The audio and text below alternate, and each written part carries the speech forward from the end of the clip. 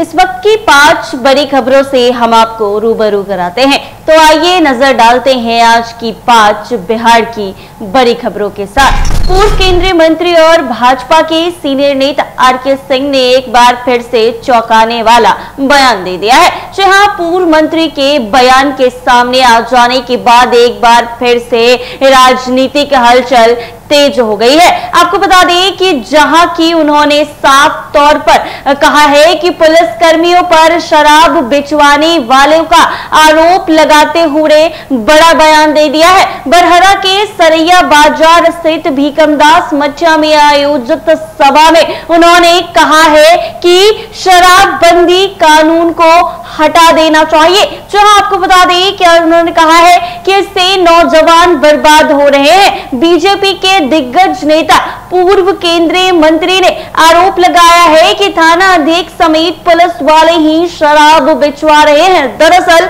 चुनाव हारने के बाद भी आरा में आरके सिंह लगातार एक्टिव मोड में नजर आते हैं। बरहरा के सरैया बाजार स्थित भीकमदास मठिया के कार्यक्रम का आयोजन जो है वो किया गया था। तो उस दौरान उन्होंने लोगों से शराबबंदी को लेकर जो लोग हैं उन्होंने उनसे शिकायत की है। उसके बाद फिर आरके सिंह ने कह दिया है कि शराबबंदी कानून को पूरी तरीके से बिहार से हटा देना चाहिए।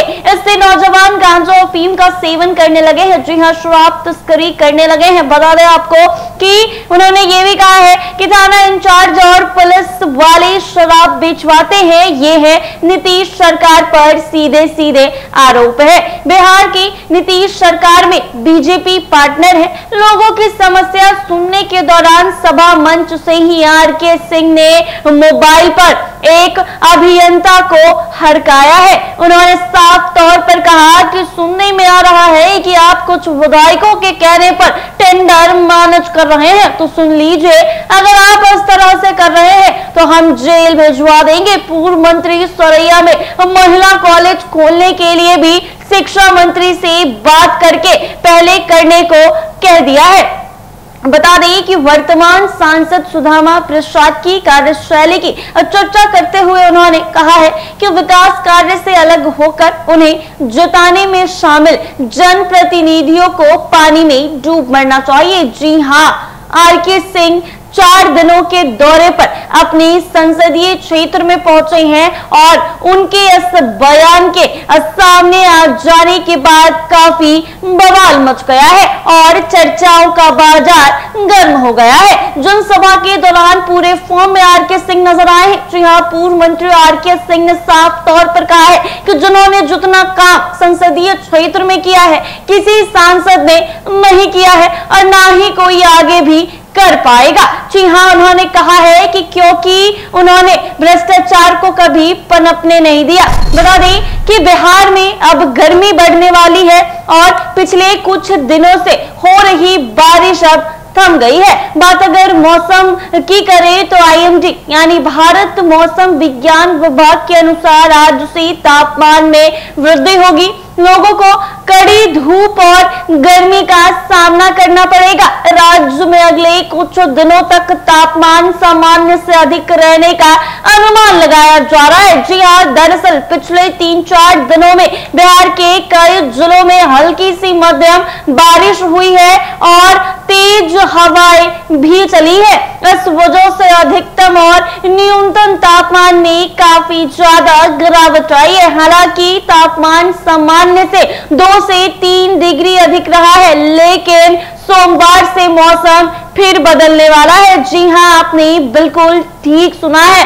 मौसम विभाग के अनुसार अगले 3-4 दिनों में दिन के तापमान में 3 से 4 डिग्री की वृद्धि हो सकती है। रात के तापमान में भी 1 से 3 डिग्री की वृद्धि होने की अनुमान जो है वो लगाई जा रही है। तापमान बढ़ने से दिन और रात में ठंड महसूस नहीं होगी।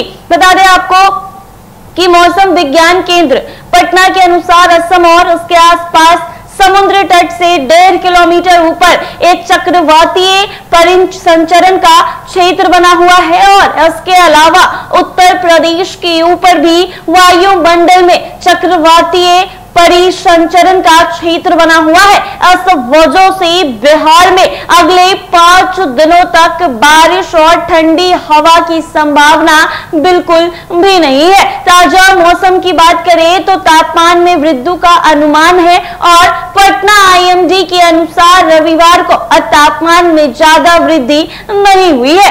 इसके साथ ही अगर दक्षिण बिहार की बात की जाए तो दक्षिण बिहार और उत्तर बिहार दोनों जगह तापमान अनुकूल रहा है। राज्य का सबसे अधिक तापमान गोपालगंज में 34 डिग्री सेल्सियस दर्ज किया गया है, यानी वहां गर्मी ज्यादा पड़ी है।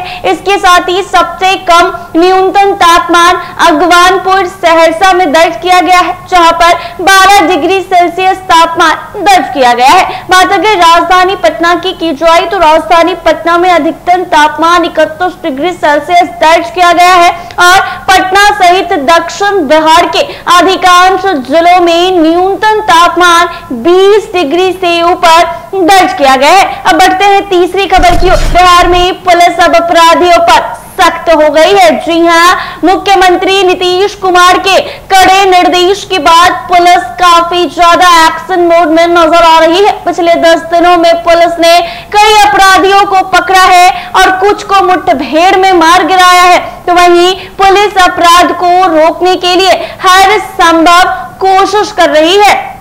बता दें आपको कि पुलिस अपराधियों के ठिकानों पर लगातार छापेमारी कर रही है, जिसके साथ बिहार के पुलिस के अनुसार इस साल पुलिस और अपराधियों के बीच 4 बार मुठभेड़ हुई है। जी हां, STF ने 50-50 हजार रुपए के 2 इनामी अपराधियों को मार गिराया है। इसके साथ ही पुलिस ने 8 नक्सलियों को भी गिरफ्तार कर लिया है। बता दें आपको कि इस साल अब तक अलग अलग जिलों के टॉप 20 में से 10 टॉप 10 टॉप 20 लिस्ट में शामिल 227 मोस्ट वांटेड अपराधियों को पकड़ा गया है।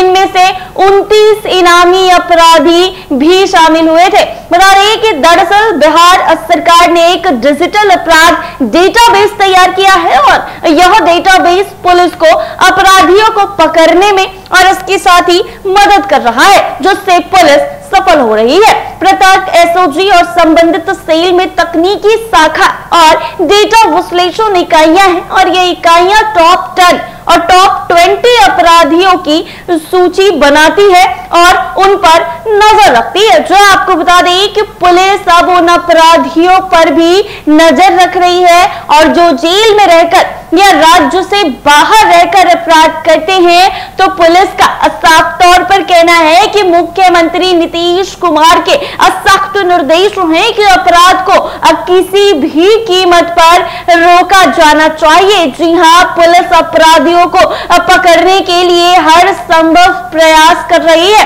पुलिस ने आम लोगों से भी पूरी तरीके से अपील की है कि वो अपराध को रोकने में पुलिस की मदद करे। जी हां, पुलिस के एक अधिकारी ने यह भी बताया है कि बीते कुछ दिनों में बिहार के विभिन्न हिस्सों में पुलिस ने कई कुख्यात बदमाशों का एनकाउंटर किया है, तो वहीं दर्जनों को गिरफ्तार भी कर लिया है। जी हां, आपको बता दें कि पुलिस का साफ तौर पर कहना है कि वो अपराधियों को पकड़ने के लिए आधुनिक तकनीकी का इस्तेमाल कर रहे हैं। वो सोशल मीडिया और अन्य माध्यमों से भी जानकारी जुटा रहे हैं। जी हां, पुलिस ने लोगों से साफ तौर पर अपील कर दी है कि वो किसी भी तरह की आपराधिक गतिविधि की जानकारी पुलिस को दे। पुलिस ने यह भी कह दिया है कि वो जेल में बंद अपराधियों पर भी नजर रख रहे हैं, क्योंकि कई बार खबरें आ रही हैं कि जेल से भी लोग अपराध करते हैं। पुलिस सुनिश्चित कर रहे हैं कि जेल में बंद अपराधी जेल से बाहर अपराध ना कर पाए। पुलिस ने जेल प्रशासन से भी सहयोग की मांग की है। पुलिस का कहना है कि वो अपराध को रोकने के लिए हर संभव प्रयास जो है वो कर रहे हैं और वो लोगों की सुरक्षा के लिए प्रतिबद्ध है। जी हां, बिहार में सड़कों को लेकर एक बड़ा फैसला हुआ है। जी हां, आपने बिल्कुल ठीक सुना है। अगर किसी ठेकेदार ने सड़क पर गड्ढा छोड़ा तो उस पर कानूनी कार्रवाई की जाएगी। जी हां, बुडको के प्रबंधक निदेशक अनिमेश कुमार पराशर ने यह आदेश जारी कर दिया है। सड़कों पर गड्ढों की वजह से लोगों को बहुत परेशानी होती है। कई लोग घायल हुए हैं और कुछ की तो जान भी चली गई है। जी हाँ, बता दें आपको कि ठेकेदार अपनी मर्जी से काम करते थे और योजनाएं समय पर पूरी नहीं होती थी, इसीलिए अब यह नया नियम लागू कर दिया गया है। जो आपको बता दें कि दरअसल बिहार में सड़कों पर गड्ढों की समस्या काफी ज्यादा देखी जाती है और इन दिनों तो काफी ज्यादा बढ़ गई है। इस वजह से कई हादसे हो जाते हैं। ठेकेदार समय पर काम नहीं करते हैं, इसीलिए यह परेशानी हो रही थी और अब बुड़को ने एक नई एसओपी बनाई है और नई ओसीपी के अनुसार ठेकेदार को अब नियमों का पालन करना होगा। अगर वो ऐसा नहीं करते हैं तो उन पर भारी जुर्माना लगेगा और पूरी तौर से कानूनी कार्रवाई भी हो सकती है। जी हाँ, बरसाती पानी के लिए नाले अब ठीक से बनाए जाएंगे। नए नियमों के अनुसार नाले आखिर से शुरू होंगे और मोहल्ले और कॉलोनियों से जोड़े जाएंगे। पहले नाले कहीं से भी शुरू कर दिए जाते थे, जिससे शहर में परेशानी होती थी और इस नई नीति का मुख्य उद्देश्य लोगों को सुरक्षित रखना है, क्योंकि गड्ढे की वजह से लोग सुरक्षित नहीं रह पाते थे। इससे सड़कें भी सुरक्षित होंगी और शहर में फैलावट भी कम होगी। अनिमेश कुमार पराशर ने कह दिया है कि ठेकेदारों को अब नियमों का पालन करना होगा। सड़क पर गड्ढे होने से लोगों को काफी दिक्कतें होती हैं और कई बार लोग उस गड्ढे के कारण गिर जाते हैं और उन्हें काफी चोट लग जाती है। कुछ मामलों में तो लोगों की जान भी चली जाती है। तो ऐसे में नया आदेश जारी किया गया है कि अब ठेकेदार अपनी मनमानी करते हैं, इसीलिए सड़कें समय पर नहीं बन पाती है। नई एसओपी में ठेकेदार के लिए एक नए और सख्त नियम तैयार किए गए हैं कि अगर वो नियमों का पालन नहीं करते हैं तो उन पर आर्थिक दंड लगेगा और पूरी तौर से कानूनी कार्रवाई जो है वो भी की जाएगी। इसके अलावा काम शुरू करने से पहले उन्हें संबंधित विभाग से बात करनी पड़ेगी। बिहार में अब सिटी बस में सफर करना महिलाओं और छात्रों के लिए काफी आसान है और सस्ता भी हो गया है। जी हाँ, उन्हें रियायती दर पर पास दिए जाएंगे और यह सुविधा एसी और नॉन एसी दोनों तरह की बसों में दी जाएगी। आपको बता दें कि यह पूरे बिहार के जिला मुख्यालय में लागू होगी। कॉलेज और स्कूल की छात्राओं के साथ साथ ट्रांसजेंडर समुदाय को भी यह पास दिया जाएगा। जहां पास का शुल्क एसी और नॉन एसी बसों के लिए अलग अलग तरीके के तय किए जाएंगे। इसके साथ ही महिलाओं को सिटी बस में सीट आरक्षण के साथ साथ किराए में भी छूट दी जाएगी। इसके साथ ही यात्री मासिक पास या एक दिन का पास भी ले सकते हैं। पास ऑफलाइन और ऑनलाइन दोनों तरीके से उपलब्ध कराए जाएंगे। दरअसल बिहार में महिलाओं और छात्राओं ट्रांसजेंडर समुदाय के लोग जो हैं वो सिटी बस में सफर करना अब और भी ज्यादा सुविधाजनक हो गया है। जी हाँ, क्योंकि राज्य सरकार ने रियायती दरों पर पास उपलब्ध कराने की योजना शुरू कर दी है और यह सुविधा एसी और नॉन एसी दोनों तरह की बसों में लोगों को दी जाएगी। यह योजना बिहार के सभी जिला मुख्यालय में लागू कर दिया जाएगा और इससे खास करके छात्राओं को स्कूल और कॉलेज जाने में काफी आसानी होगी और परेशानियों का सामना नहीं करना पड़ेगा। जहां बिहार में अब जल्द ही 160 से ज्यादा नई सिटी बसें शुरू होने जा रही है और इन बसों पर पहले से चल रही बिहार राज्य पथ परिवहन निगम की बसों में यह सुविधा जो है वो मिलेगा। आपको बता दें कि सरकार जो है वो एसी और नॉन एसी बसों के लिए पास शुल्क की सूची जो है वो अब जारी कर दी है और महिलाओं को सिटी बसों में विशेष छूट जो है वो दी जाएगी और उनके लिए सीट आरक्षित होगी और किराया भी कम लगेगा। जी हाँ, इसके साथ ही पास बनवाने के लिए अब आपको बस स्टैंड जाने की जरूरत नहीं है, क्योंकि पहले पास के लिए बस स्टैंड जाना पड़ता था।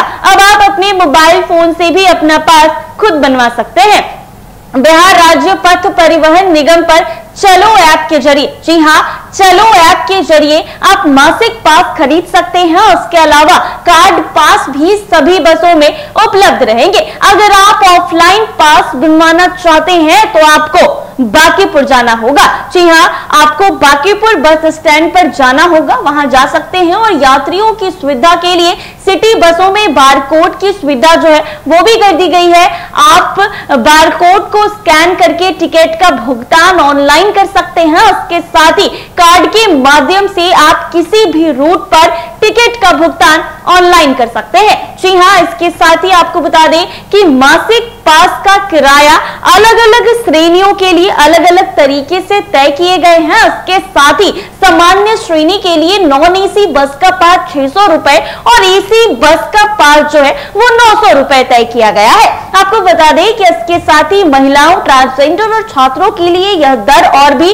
कम कर दिए गए हैं। और महिलाओं और ट्रांसजेंडर के लिए नॉन एसी बस का पास 550 रुपए तय किए गए हैं और एसी बस का जो पास की कीमत है वो 850 रुपए तय किए गए हैं। और छात्रों के लिए नॉन एसी बस की अगर बात की जाए तो छात्रों के लिए 500 रुपए तय किए गए हैं और एसी बस का पास छात्रों के लिए 750 रुपए तय किए गए। छात्रों के लिए यह दर सबसे ज्यादा कम है। छात्राओं के लिए नॉन एसी बस का पास 450 रुपए है और एसी बस का पास 700 रुपए का है। इसके साथ ही आपको एडिशनल डीटीओ पटना पिंकू कुमार ने यह भी बता दिया है कि सभी सिटी बस में पास की सुविधा दी जाएगी और पास के लिए ऑफलाइन और ऑनलाइन दोनों ही तरीके से आप अपने पास को अपनी सुविधा के साथ बनवा सकते हैं। मोबाइल मासिक पास खरीद सकते हैं और सभी बसों में कार्ड पास उपलब्ध जो है वो कराना होगा। बांकीपुर बस स्टैंड जाकर भी पास प्राप्त जो है वो किया जा सकता है। और उन्होंने